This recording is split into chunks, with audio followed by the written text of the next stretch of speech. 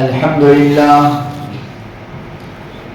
لله وحده والصلاة والسلام على من لا نبي بعده.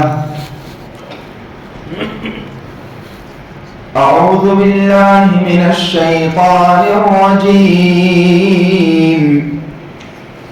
بسم الله الرحمن الرحيم. ما آتاكم الرسول فخذوه وما نهاكم عنه فانتهوا. صدق الله مولانا العظيم وصدق رسوله النبي الكريم ونحن على ذلك لمن الشاهدين والشاكرين والحمد لله رب العالمين. اللہ تبارک و تعالی کا ہم پر بہت بڑا فضل اور کرم اور احسان ایک یہ بھی ہے کہ نیکیاں کمانا، اپنے اعمال نامے میں بہت زیادہ ہزاروں لاکھوں کی تعداد میں نیکیاں جمع کرانا، یہ اللہ تبارک و تعالی نے ہمارے لیے بہت آسان کر دیا. دوسرے مذہب میں اس کا تصور بھی نہیں ہے. ان کے یہاں بھی خیر، اچھائی اور برائی کا ایک کانسیپٹ ان کے حساب سے ہوتا ہے. ان کے یہاں بھی پاپ اور پونیہ کی کچھ تعریف، کچھ ڈیفینیشن ہوتی ہے ان کے حساب سے، اگرچہ مذہب اسلام کے لحاظ سے وہ صحیح نہیں ہوتی مگر ان کے حساب سے، لیکن وہ اتنی آسان نہیں ہوتی. ان کے یہاں پنیہ کمانے کے لیے، نیکی کرنے کے لیے بہت محنتیں اور مشقتیں بھی کرنی پڑتی ہیں، بہت پاپڑ بیلنے پڑتے ہیں، بہت کٹھنائیوں سے گزرنا پڑتا ہے. لیکن آپ غور فرمائیے گا، یہ اسلام کی خوبی ہے. بعض علماء نے کتابیں بھی لکھی ہیں کہ چھوٹے چھوٹے اعمال اور بڑے بڑے اجر و ثواب، بظاہر بہت ہی چھوٹا سا اور بہت ہی معمولی عمل، لیکن اس کا جو ثواب اگر آپ دیکھیں تو پہاڑوں کے مانند. اور اگر صحیح اور معتبر روایتوں میں، حدیثوں میں اس کا ذکر نہ آیا ہو تو اس پر یقین کرنا بھی مشکل ہو کہ اتنا چھوٹا سا عمل اور اتنا بڑا ثواب، لیکن حقیقت میں ہے ایسا. تو یہ اللہ کا فضل ہے، اس پر اللہ کا شکر ادا کرنا چاہیے، الحمدللہ کہنا چاہیے.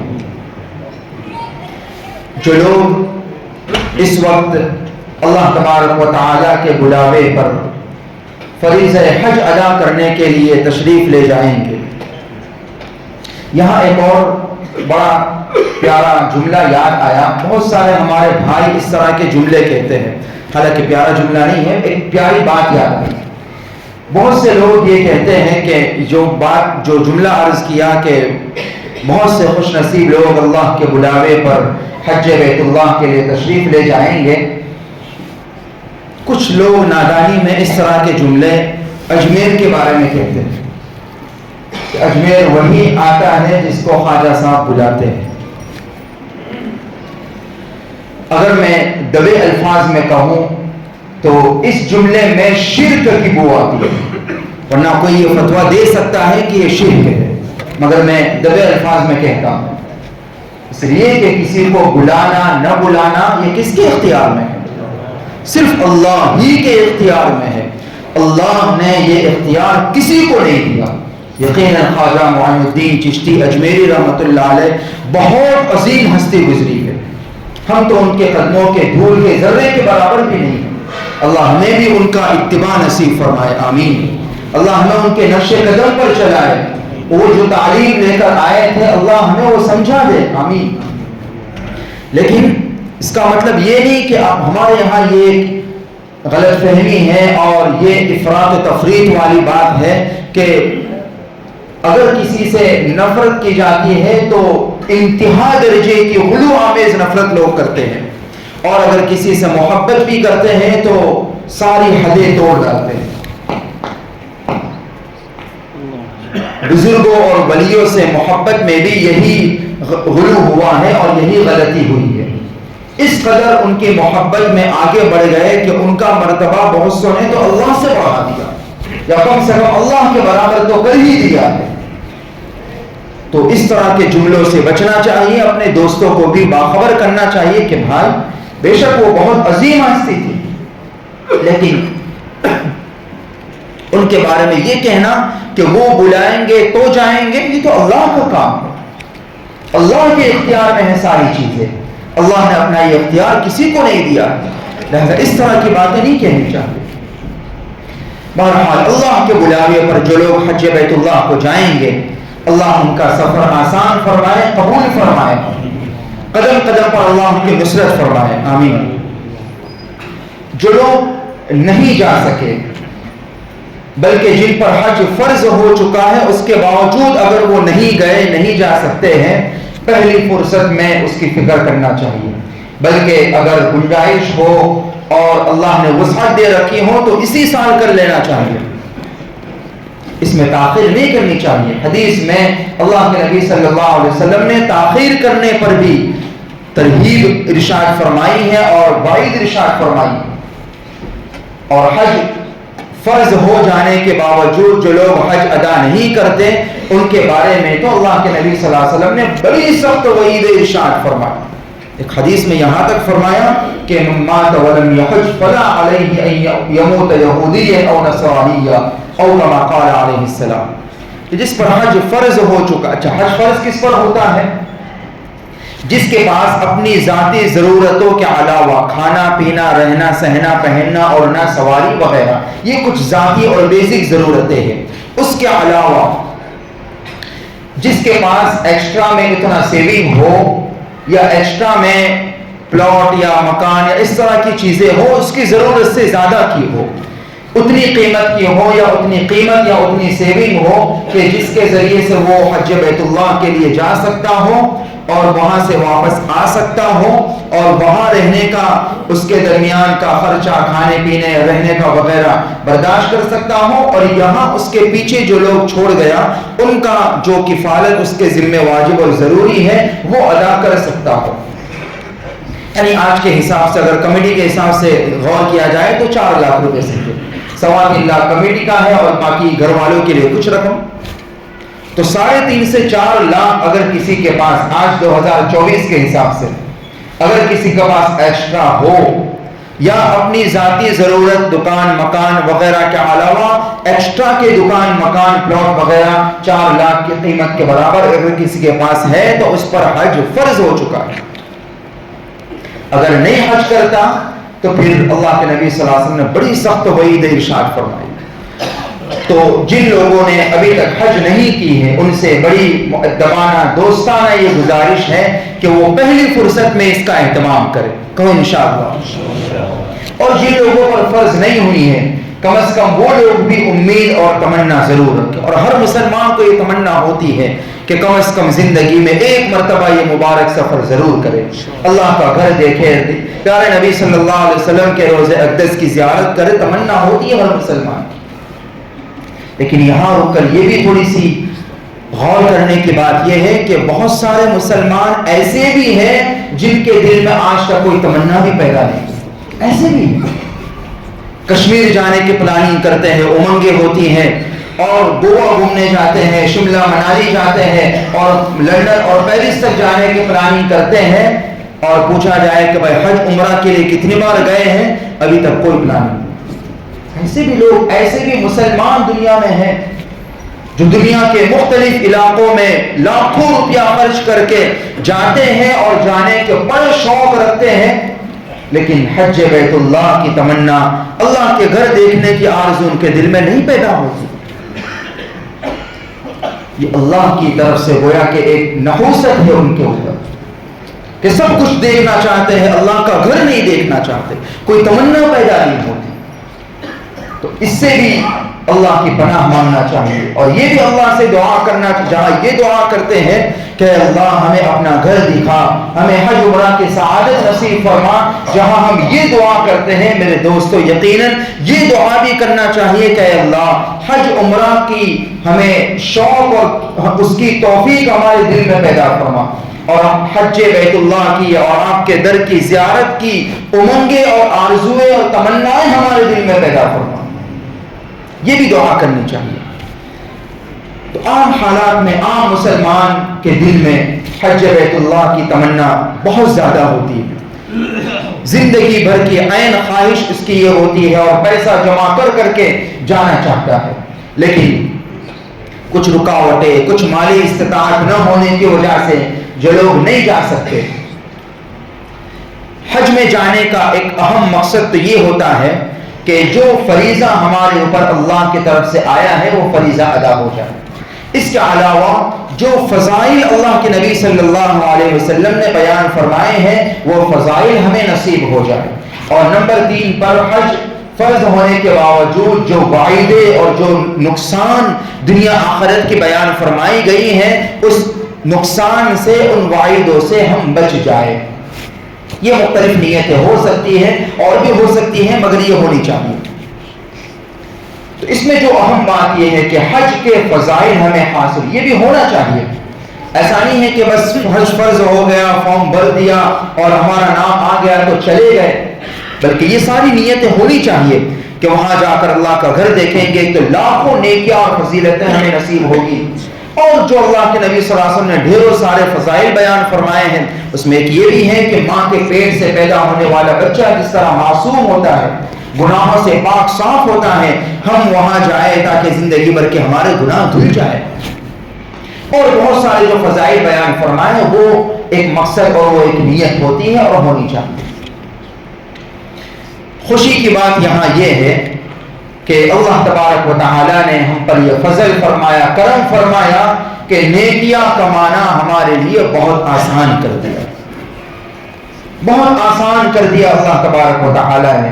کوئی بندہ لاکھوں روپے خرچ کر کے جو نیکیاں کمائے گا، اللہ تبارک و تعالیٰ نے جن کو لاکھوں روپیہ نہیں دیا ہے، گھر بیٹھے اللہ تبارک و تعالیٰ چھوٹے سے عمل کی برکت سے وہی اجر و ثواب اس کو بھی عطا فرمائیں گے۔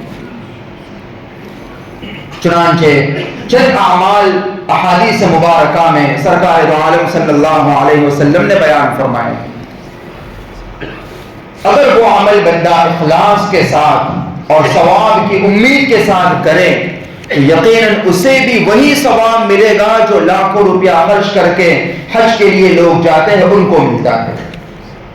اور وہاں کی جو مشقتیں، صعوبتیں سفر کی جو برداشت کرتا ہے اور اتنی محنت مشقت کے بعد میں، اتنا خرچ کرنے کے بعد میں جو اجر و ثواب اور جو فضائل ملتے ہیں، وہی فضیلتیں مجھے اور آپ کو یقین مانیے یہی گھر بیٹھے اللہ تبارک و تعالی عطا فرما دیں گے، مگر بس یقین ہونا چاہیے اور اس ثواب کی حاصل کرنے کی امید اور نیت ہونی چاہیے۔ کریں گے عمل انشاءاللہ۔ چند چھوٹے سے اعمال ہیں، اگر وہ عمل ہم نے کر لیے تو خود رسول اللہ صلی اللہ علیہ وسلم کا وعدہ ہے کہ اللہ حج اور عمرے کے برابر ثواب یہاں گھر بیٹھے عطا فرما دیں گے۔ اس میں سب سے پہلا عمل باجماعت فرض نماز ادا کرنے کے لیے مسجد میں آنا۔ آپ جمعہ پڑھنے کے لیے آئے، فجر کے لیے جو خوش نصیب بندے آئے تھے، عصر مغرب عشاء کے لیے جو آئیں گے، تو یہ فرض نماز جماعت کے ساتھ ادا کرنے کے لیے جو مسجد میں آتا ہے، اللہ کے نبی صلی اللہ علیہ وسلم نے فرمایا اس عمل پر اللہ تبارک و تعالی اسے حج کا ثواب عطا فرماتے ہیں۔ کتنی بڑی بات ہے۔ معجم طبرانی کی روایت، اللہ کے نبی کے یہ الفاظ ہیں، من مشى الى صلاة مکتوبۃ فی الجماعہ فہی کحجۃ، کہ جو بندہ با جماعت نماز ادا کرنے کے لیے اپنے گھر سے، اپنی دکان سے، اپنے کاروبار سے، جہاں سے بھی ہو مسجد میں آتا ہے، چاہے پیدل آئے یا سواری پر آئے، اللہ کی ذات سے امید ہے کہ سواری والے کو بھی وہی ثواب ملے گا۔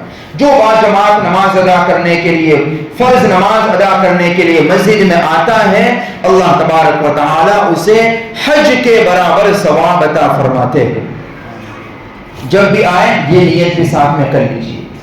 اور اسی روایت میں آگے ہیں وَمَن مَشَى إِلَى صَلَاةِ تَطَوُّعٍ فَهِيَ كَعُمْرَةٍ، کہ جو نفل نماز ادا کرنے کے لیے مسجد میں آیا، جیسے تراویح پڑھنے کے لیے آئے، وہ سنت مؤکدہ ہے، فرض کے علاوہ جو بھی چیزیں ہیں وہ اس میں شامل ہیں۔ عربی کا ایک قاعدہ بھی ہے کہ ما عدا من الفرض فهو تطوع او کما قال، کہ فرض کے علاوہ جو بھی نمازیں ہیں وہ اصطلاح میں نفل شمار کی جاتی ہے. پھر اس کے الگ الگ درجے ہیں، کچھ سنت موقدہ ہے، کچھ غیر موقدہ ہے، کچھ نفل ہے وہ ہے. تو تراویح کی نماز ادا کرنے کے لیے آیا، یا اشراق یا چاش کی نماز ادا کرنے کے لیے آیا، یا بس ویسے ہی گزر رہا تھا، سوچا مسجد ہے جا کر وضو کر کے 2 رکعت تحیت المسجد یا تحیت الوضو ادا کر لو، اس نیت سے جو مسجد میں آ گیا. اللہ کے نبی صلی اللہ علیہ وسلم فرماتے ہیں اس پر عمرے کا ثواب ملے گا. 1,00,000 روپیہ خرچ کر کے جو عمرہ کرنے جاتے ہیں، یہاں سے ویسے ہی بس گزرتے ہوئے آ گیا، 2 رکعت نفل نماز ادا کر لی، اللہ نے عمرے کا ثواب اس کے کھاتے میں لکھ دیا. دوسرا عمل نماز اشراق. اللہ کے نبی صلی اللہ علیہ وسلم نے فرمایا من صلی الغداۃ فی الجماعہ، جس نے فجر کی نماز جماعت کے ساتھ ادا کر لی، پھر وہیں بیٹھا رہا اور اللہ کا ذکر کرتا رہا، تسبیح پڑھی، تلاوت کی، دعا مانگی. اور ہمارے یہاں ماشاءاللہ مسجد اور جماعت میں لوگ بیٹھتے ہیں، مشورہ ہوتا ہے، کچھ دیر اس میں بیٹھ گیا، پھر وقت بچا کچھ دیر اور ذکر میں، تلاوت میں، دعاؤں میں گزارا، اور سورج طلوع ہوا.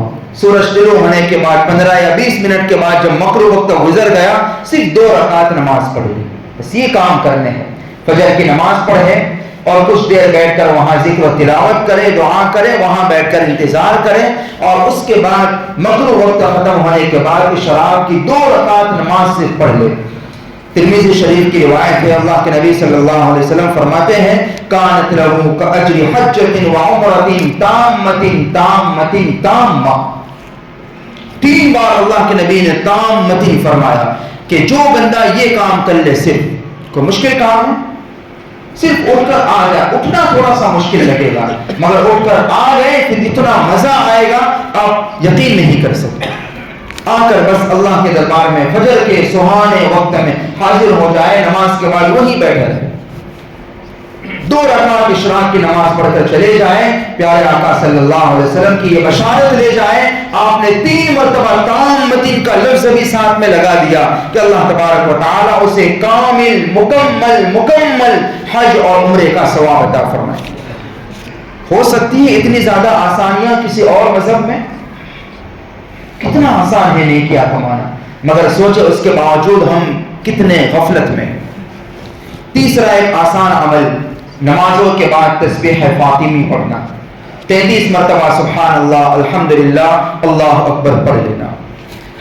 مشہور روایت ہے صحابہ کرام جو غریب تھے وہ اللہ کے نبی صلی اللہ علیہ وسلم کی خدمت میں حاضر ہو کر کہنے لگے کہ مالدار صحابہ ہم سے آگے بڑھ گئے، وہ ہماری طرح بدنی عبادت تو کرتے ہیں، نماز ہے، تلاوت ہے، ذکر ہے، یہ سارا تو وہ کرتے ہی ہے جیسا ہم کرتے ہیں، مگر ان کے پاس چونکہ مال و دولت زیادہ ہے اس لیے وہ اس مال کے ذریعے سے مالی عبادت بھی بہت زیادہ کرتے ہیں، صدقہ و خیرات بھی بہت کرتے ہیں، حج عمرے بھی کرتے ہیں، راہ خدا میں جہاد بھی کرتے ہیں. مالی استطاعت کی وجہ سے وہ مالی عبادت بہت زیادہ کرتے ہیں، ہم نہیں کر سکتے، وہ تو ہم سے نیکیوں میں آگے بڑھ گئے.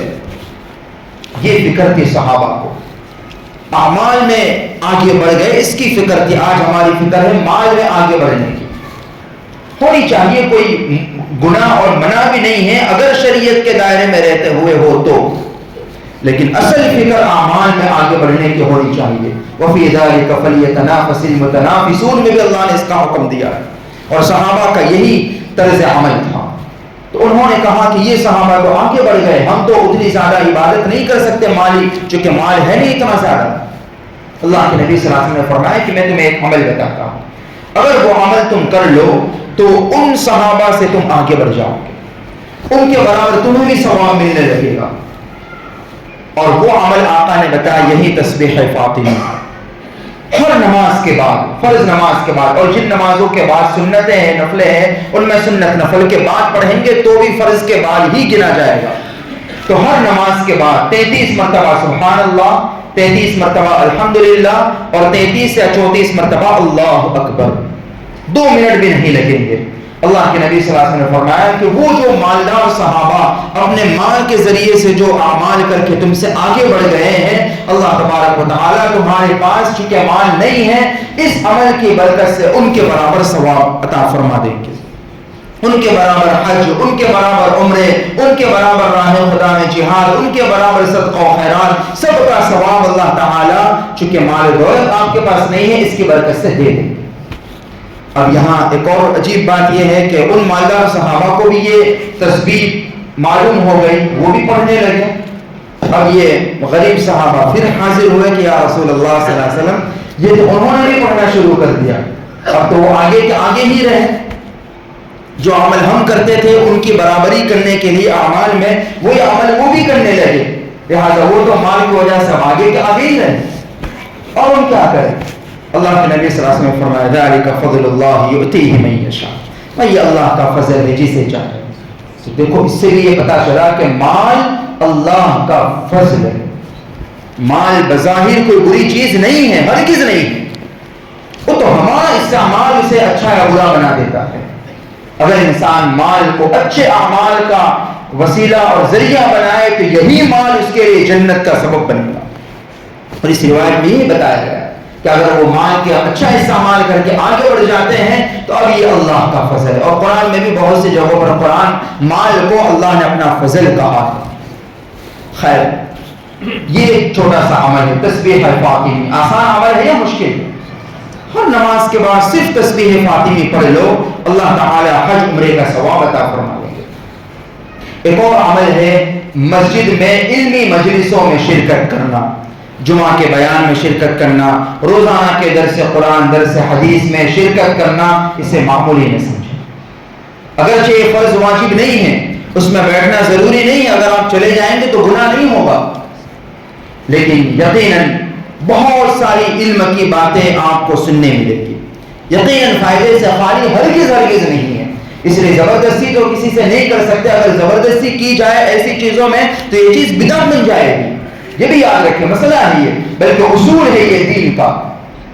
جو چیز ضروری نہیں ہے اگر اسے ضروری سمجھا جائے یا ضروری جیسا سلوک اس کے ساتھ کیا جائے تو وہ چیز بدعت ہے۔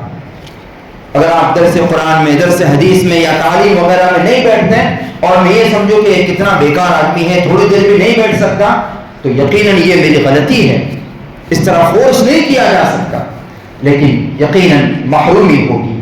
تو بہت تھوڑی سی دیر میں اللہ کے کلام کی تشریحات، اللہ کے کلام کی تفسیر، پیارے آقا کی نورانی باتیں جو سننے ملتی ہے، یقیناً اس سے محرومی ہوگی۔ لہٰذا یقیناً ضرور بیٹھنا چاہیے، جمعہ کے بیانات میں جلدی آنا چاہیے، اور دیگر جو مجلسیں ہوتی ہے، روزانہ مغرب بعد کی مجلس، اس میں شرکت کرنا چاہیے، فجر بعد، عصر بعد، عشاء کے بعد جو تعلیم ہوتی ہے اس میں یقیناً ضرور شرکت کرنا چاہیے۔ اگر کوئی عذر نہ ہو تو ضرور بیٹھنا چاہیے۔ یہ عمل کتنا عظیم ہے، معجم طبرانی کی روایت، اللہ کے نبی صلی اللہ علیہ وسلم نے فرمایا من غدا الى المسجد لا يريد الا ان يتعلم خيرا او يعلمه، کہ جو مسجد کے لیے اس لیے آئے کہ وہاں جا کر کوئی دین کی بات سیکھے گا یا سکھائے گا۔ صاف الفاظ میں آقا نے فرمایا کہ جو مسجد میں کوئی دین کی بات سیکھنے سکھانے کے لیے آئے، آپ جمعہ میں آئے نماز پڑھنے کی نیت تو یقیناً ہو، ساتھ میں یہ بھی نیت ہو کہ جمعہ کا بیان سنیں گے، کوئی دین کی بات سیکھنے ملے گی۔ اسی طرح ہر نماز میں جب بھی موقع ہو ہم ضرور اس میں اس نیت سے شرکت کریں کہ کوئی دین کی بات سیکھیں گے اور جا کر لوگوں کو سکھائیں گے۔ اللہ کے نبی صلی اللہ علیہ وسلم نے فرمایا کان لہو کاجر حاج تامۃ حجتہ، کہ اللہ اس میں بھی تام کا لفظ استعمال فرمایا، اللہ تعالی اسے مکمل حج کا ثواب عطا فرمائیں گے۔ کتنا سستا سودا ہے، اس لیے ضرور اس پر بھی عمل کرنا چاہیے۔ ایک اور عمل اللہ کے نبی صلی اللہ علیہ وسلم نے فرمایا کہ جو من جہز غازیا او حاجا، کہ جو کسی مجاہد کے لیے یا حج عمرہ میں جانے والوں کے لیے اس کی مدد اور اس کی ہیلپ کرے، جو حج کے لیے جا رہا ہے اس کا تعاون کر دیا کہ بھائی آپ جا رہے ہو، کوئی کام ہو میرے لائق تو بولو، فلاں چیز لانی ہے لاؤ میں لا دوں، بیگ پیک کرنی لاؤ میں پیک کر دوں، جو بھی اس کا کام کر دے، اس کو حج کے سفر کے جانے کے لیے تعاون کر لے، ہیلپ کرے، اللہ کے نبی صلی اللہ علیہ وسلم فرماتے ہیں کہ اس کو بھی اس حج عمرہ کرنے والے کے برابر اللہ ثواب عطا فرمائیں گے۔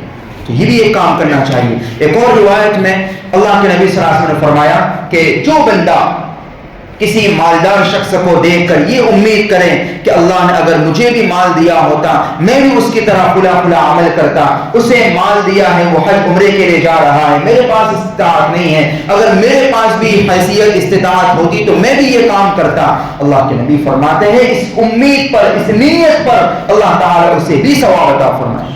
جو لوگ حج عمرہ کے لیے جائیں گے ان کو رخصت کرنے جائیں اور ان سے دعاؤں کی درخواست کریں اور یہ تمنا لے کر جائے کہ اے اللہ آپ کے بلاوے پر آج یہ حاضر ہو رہے ہیں، اے اللہ میری بھی تمنا ہے، اے اللہ مجھے بھی اتنی استطاعت نصیب فرما دے، میرے پاس بھی جب حیثیت استطاعت ہو جائے گی پہلی فرصت میں بھی انشاءاللہ جاؤں گا، اگرچہ وہ جائے گا ثواب اسے ملے گا، آپ نہیں جائیں گے، اس نیت پر اللہ آپ کو بھی ثواب دے دے۔ ایک آخری بات، والدین کی زیارت کرنا، والدین کو پیار محبت سے دیکھ لینا، اس پر اللہ تبارک و تعالی حج عمرے کا ثواب عطا فرماتے ہیں۔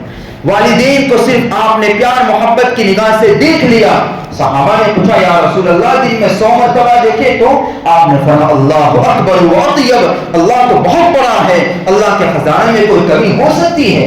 دن میں 100 نہیں 1000 مرتبہ آپ پیار بھری نگاہ سے اپنے والدین کو یا جو زندہ ہو اسے دیکھو۔ اللہ کی قسم، اللہ کے نبی کا یہ وعدہ ہے، حج کا ثواب اللہ تبارک و تعالی عطا فرمائیں گے۔ اور اگر غصے بھری نگاہ سے دیکھا، لال آنکھ سے والدہ کی طرف دیکھا، والدین کی طرف دیکھا اور غصے سے ان کو گھرا کر دیکھا، یقیناً دنیا بھی تباہ آخرت بھی تباہ ہوگی۔ اللہ تبارک و تعالی یہ حقائق ہمیں سمجھا دے، نیک عمل کی توفیق عطا فرمائے، آمین۔ وآخر دعوانا الحمدللہ رب العالمین۔